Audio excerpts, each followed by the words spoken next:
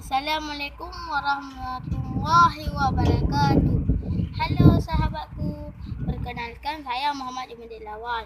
Saya sekolah di SD Negeri 1 Muara Batu. Umur saya 11 tahun. Saya tinggal di Aceh Utara.